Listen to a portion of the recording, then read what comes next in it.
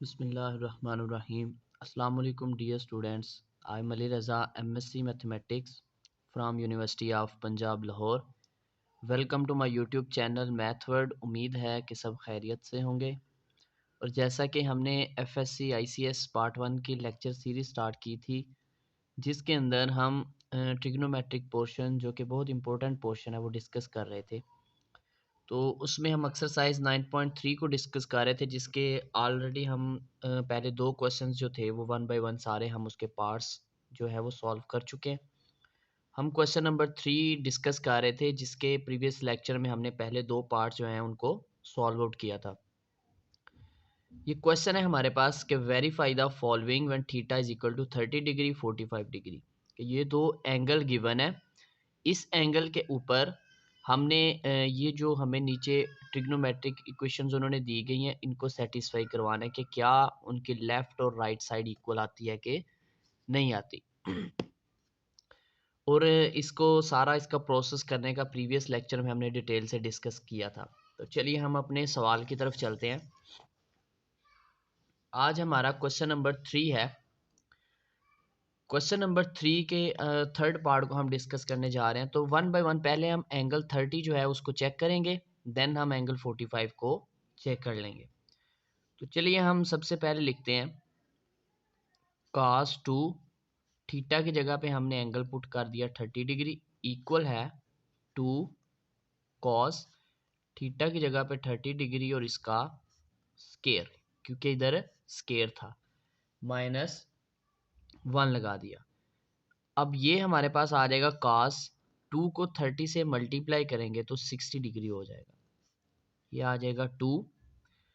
अब करना क्या है कि ये जो हमारे पास cos 30 है, ये टेबल मैंने आपको पहले दिन बताया था कि ये टेबल जो है ये आपने याद रखना है कि अब cos जो है cos 30 की वैल्यू देखी जाए तो वो होती है स्क्वायर रूट 3/2, और cos 60 की वैल्यू अगर देखी जाए तो वो होती है 1/2। तो हमने जस्ट ये वैल्यूज लगानी होती है और प्लस माइनस करना होता है, हमारा आंसर आ जाता है। सबसे बड़ी बात है ये टेबल आपको याद रखना होगा। तो इसकी वैल्यू होती है स्क्वायर रूट 3/2, ऊपर स्क्वायर था तो स्क्वायर लगा दिया, -1। cos 60 की वैल्यू होती है 1/2, इक्वल लगाया 2। अब ये देखें, ये 2 और ये स्क्वायर रूट कैंसिल तो 3 बच गया, नीचे 2 का स्क्वायर जो है वो 4 हो जाएगा, -1। क्योंकि ये जो स्क्वायर है ये इसका भी है और इसका भी है, पूरी रकम का होता है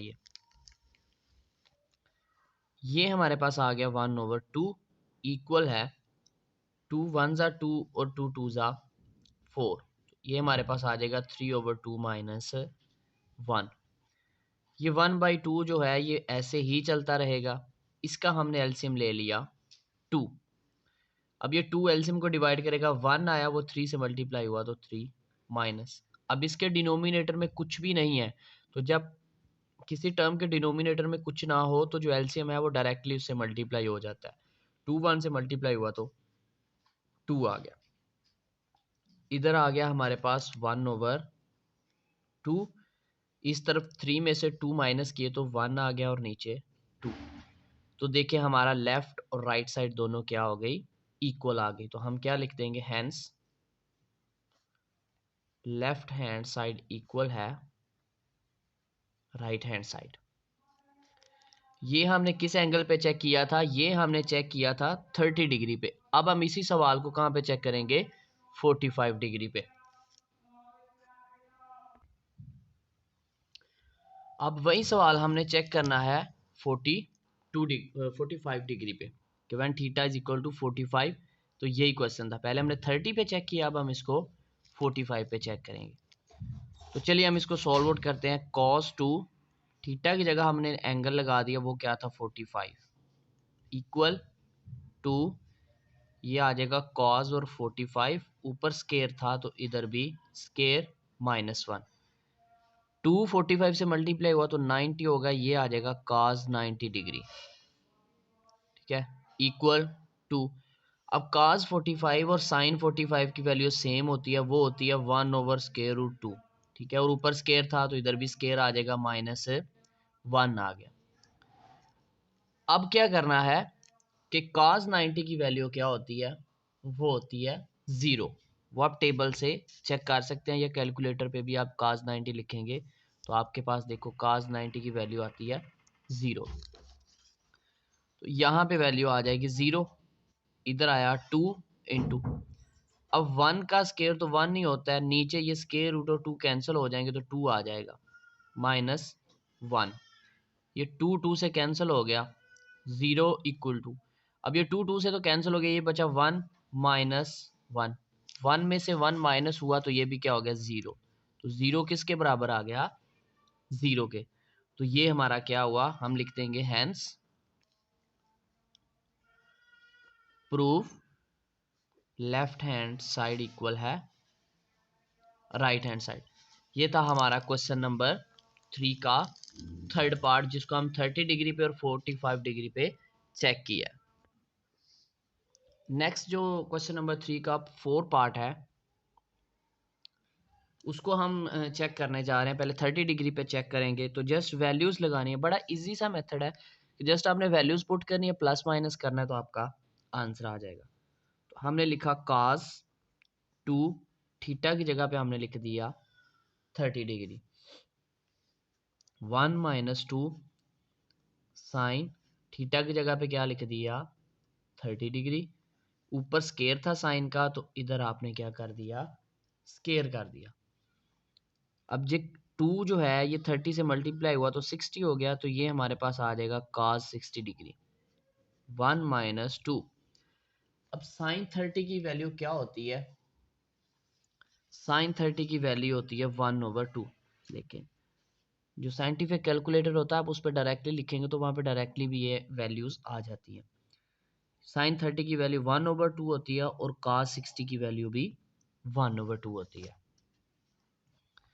तो इधर हमने लिखा 1/2, ऊपर स्केयर था तो स्केयर हो गया। अब cos 60 जो है इसकी वैल्यू भी होती है 1/2, 1 माइनस 2, 1 का स्केयर 1, 2 का स्केयर 4, ये आ गया 1/2 इक्वल है 2 1 ज़ा 2, 2 2 ज़ा 4, तो ये आ जाएगा 1 माइनस 1/2, इधर 1/2 ही चलता रहेगा।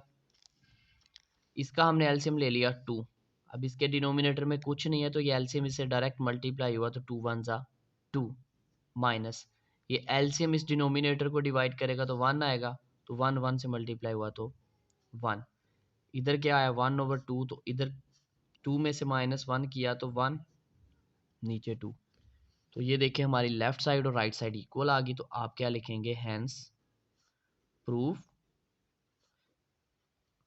Left hand side is equal to right hand side.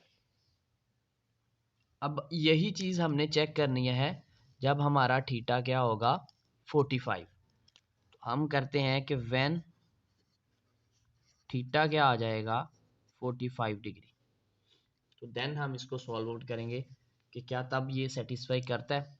तो पहले हम इक्वेशन लिखते हैं cos 2 theta is equal to 1 minus 2 sine square theta.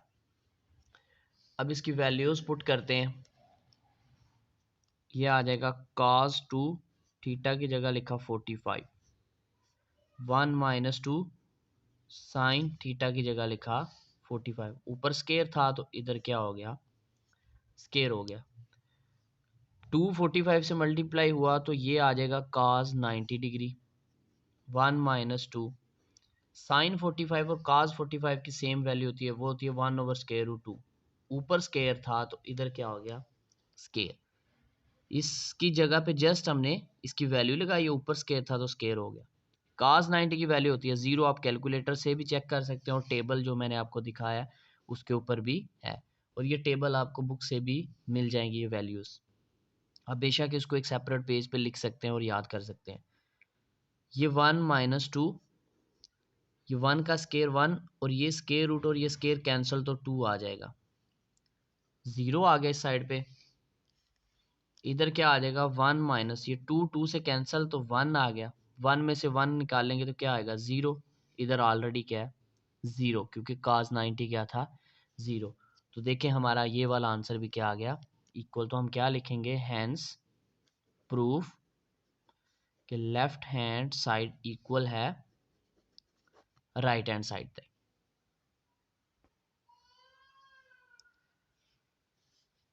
चलें जी अपने नेक्स्ट सवाल की तरफ चलते हैं। क्वेश्चन नंबर 3 का 5 वाला पार्ट है, जो कि लास्ट पार्ट है क्वेश्चन नंबर 3 का। इसके अंदर गिवन है कि tan 2 थीटा इक्वल है 2 tan theta over 1 minus tan square theta. Same पिछले क्वेश्चन की तरह जस्ट हमने थीटा की वैल्यू लगानी है और देखना है कि लेफ्ट साइड और राइट साइड का आंसर इक्वल आता है कि नहीं आता। तो सबसे पहले हम थीटा की वैल्यू 30 लगाएंगे, 30 पे चेक करेंगे तो ये आ जाएगा tan 2 थीटा की जगह 30 डिग्री इक्वल है 2 tan थीटा की जगह 30। ये वैल्यूज जिधर जिधर थीटा उधर उधर ये 30 पुट कर देंगे। 1 माइनस tan 30 डिग्री, इधर स्केयर था तो इधर क्या हो गया, स्केयर हो गया। 230 से मल्टीप्लाई होगा तो ये हमारे पास आ जाएगा tan 60 डिग्री। ये आ गया 2। अब tan 30 की वैल्यू क्या होती है, ये टेबल जो कि मैंने आपको बताया कि आपने ये tan साइन और cos की वैल्यूज याद रख लेनी है। बाकी जो 3 ट्रिग्नोमेट्रिक फंक्शन है वो इनके उलट है, रेसिप्रोकल है। तो ये 3 की वैल्यूज आप याद रख लेते हैं तो आप इजीली क्वेश्चन को जल्दी सॉल्व कर सकते हैं, बजाय इसके आप कैलकुलेटर पे वैल्यूज निकालने बैठ जाएं और आपका टाइम वेस्ट हो। अब देखिए हमने वैल्यू चेक करनी है tan 30 की। ये हमारे पास 30 डिग्री है, ये हमारे पास tan है। tan 30 होता है 1 ओवर स्क्वायर रूट 3 और tan 60 होता है अंडर रूट 3। तो हमने लिखा यहाँ पे 1 ओवर अंडर रूट 3, ये होती है tan 30 की वैल्यू। नीचे लिख दिया 1 minus 1 over under root 3, square था तो इधर क्या कर दिया, स्केयर कर दिया। अब tan 60 की वैल्यू क्या थी, वो थी स्केयर रूट 3। अब ये 2 1 से मल्टीप्लाई हुआ तो आ गया 2 ओवर स्केयर रूट 3। नीचे क्या आ जाएगा, नीचे ये वाला स्केयर और ये स्केयर रूट कैंसिल तो आ जाएगा 1 माइनस 1 ओवर 3। अब हमने करना क्या है कि हम नीचे इसको, ये तो एज इट हमारे पास स्क्वायर रूट 3 आ जाएगा, ये हमारे पास 2 स्क्वायर रूट 3 आ जाएगा। नीचे हम ले लेते हैं एलसीएम। एलसीएम क्या आ जाएगा 3, इसके डिनोमिनेटर में कुछ नहीं है तो ये 3 डायरेक्ट इससे मल्टीप्लाई हुआ तो 3 माइनस ये डिनोमिनेटर और एलसीएम आपस में डिवाइड हुए 1 आया तो ऊपर 1 है तो क्या आ जाएगा 1। ये एज इट स्क्वायर रूट 3 आ जाएगा। इधर हमारे पास बच गया 2 ओवर स्क्वायर रूट 3, ठीक है। नीचे हमारे पास आ जाएगा 2 ओवर 3। अब हमने करना क्या है कि ये और ये तो हमारे पास हो जाएंगे कैंसिल, या आप इधर इसको कैंसिल अगर नहीं करते तो आप इस तरह कर लो कि ये आपने लिखा स्क्वायर रूट 3, ये लिखा, ये आपके पास आ जाएगा 2 ओवर स्क्वायर रूट 3। अब ये फ्रैक्शन के नीचे डिनोमिनेटर के नीचे एक और फ्रैक्शन आ रही है और जब हम इसको मल्टीप्लाई में डिवाइड चेंज करते हैं ना तो ये रकम उलट जाती है, ठीक है। कि जब इस तरह आपकी फ्रैक्शन के नीचे एक और फ्रैक्शन आ जाए तो उसको हम मल्टीप्लाई में कन्वर्ट करें तो नीचे वाली टर्म साथ उलट हो जाती है, यानी कि 2 ओवर 3 थी 3 ओवर 2 हो गई। यहाँ पे आप इसको कैंसिल आउट कर लें, आप इजी हो जाएगा। 2 2 से कैंसिल हो गया, इधर बच गया स्क्वायर रूट 3, इधर बच गया 3 ओवर स्क्वायर रूट 3। अब यहाँ पे थोड़ा कन्फ्यूजन हो सकता है आपको कि हम इस क्वेश्चन को किस तरह करेंगे। मीन्स के इधर तो स्क्वायर रूट 3 है, इधर 3 ओवर स्क्वायर रूट 3 है। तो सिंपल सी ट्रिक क्या आपको पता है कि ये जो 3 है इसको मैं इस तरह लिख सकता हूँ स्क्वायर रूट 3 स्क्वायर रूट 3। क्यों, क्योंकि दोबारा जब इनको मैं करूँगा तो ये आ जाएगा स्क्वायर रूट 3 का स्क्वायर आ जाएगा, 2 है ना, ये और ये कैंसिल होंगे तो 3 आंसर आ जाएगा। तो इट्स मीन कि मैं इस 3 की जगह पे ये पुट कर सकता हूँ। तो मैंने क्या लिखा, स्क्वायर रूट 3 लिखा, स्क्वायर रूट 3, नीचे क्या आ गया स्क्वायर रूट 3, इधर क्या है स्क्वायर रूट 3। अब ये और ये आपस में कैंसिल हो गए तो ये आ गया स्क्वायर रूट 3 इक्वल है स्क्वायर रूट 3। तो लिहाजा ये हमारा प्रूफ हो गया कि हैंस प्रूफ कि लेफ्ट हैंड साइड जो थी वो बराबर आ गई राइट हैंड साइड के। तो ये हमने इसको चेक कर लिया है किस एंगल पे, 30 पे। अब हम इसी को चेक करेंगे एंगल 45 पे। चलिए अब इसी वैल्यू को हम 45 पे चेक करते हैं। ये हम इसके अंदर वैल्यूज पुट करेंगे। तो हमने लिखा tan 2 थीटा की जगह पे हमने लिखा 45 डिग्री इक्वल, इधर भी वैल्यूज लगाएंगे 2 tan 45 डिग्री, नीचे आ जाएगा 1 माइनस tan 45 डिग्री, इधर स्केयर था तो इधर क्या हो गया, स्केयर हो गया। अब tan जो है tan 245 जो 245 से मल्टीप्लाई हुआ तो ये हमारे पास आ जाएगा tan 90 डिग्री इक्वल है 2 tan 45 की वैल्यू होती है 1 आ गया, नीचे 1 माइनस tan 45 की वैल्यू 1 और ऊपर स्केयर है तो स्केयर आ गया। अब जो tan 90 होता है ना, इसकी वैल्यू होती है इन्फिनिटी। जैसे मैं आपको टेबल से भी दिखा देता हूँ कि ये जो 45 है, 45 पे देखिए tan की वैल्यू 1 होती है, 60 पे ये होती है, 90 पे देखो इसकी वैल्यू क्या होती है, इन्फिनिटी होती है। तो ये हमारे पास क्या आ जाएगा, इन्फिनिटी। इधर हमारे पास ऊपर 2 1 से मल्टीप्लाई हुआ तो 2 आ गया, नीचे 1 माइनस 1 आ जाएगा क्योंकि 1 का स्केयर 1 होता है, ये इन्फिनिटी आ गया। और ये 1 माइनस 1 0। हमेशा ये बात याद रखनी है कि जब भी किसी भी चीज़ के डिनोमिनेटर ज़ीरो हो जाए, फॉर एग्जांपल कोई भी यानी 1/0, नीचे डिनोमिनेटर में जब भी ज़ीरो हो जाए वो चीज़ अनडिफाइंड हो जाती है, मतलब कि इन्फिनिटी बन जाती है। ये है ना, तो इसके डिनोमिनेटर में ज़ीरो आ गया। हमेशा जब भी डिनोमिनेटर में ज़ीरो आ जाए किसी भी फ्रैक्शन में तो वो इन्फिनिटी बन जाती है। तो ये इन्फिनिटी इज इक्वल टू आ गया इन्फिनिटी। तो लिहाजा हमारी दोनों साइडें क्या आ गई, इक्वल। हम क्या लिखेंगे कि लेफ्ट हैंड साइड इक्वल है राइट हैंड साइड। ये था हमारा क्वेश्चन नंबर 3, जिसके हमने ऑलमोस्ट पांचों पार्ट्स जो थे वो 1 बाय 1 डिस्कस कर दिए हैं। अगर फिर भी किसी स्टूडेंट का इन क्वेश्चन में कोई मसला हो तो वो कमेंट बॉक्स में पूछ सकता है, या डिस्क्रिप्शन के अंदर व्हाट्सअप नंबर है, आप वहाँ पे भी अपना क्वेश्चन डिस्कस कर सकते हैं।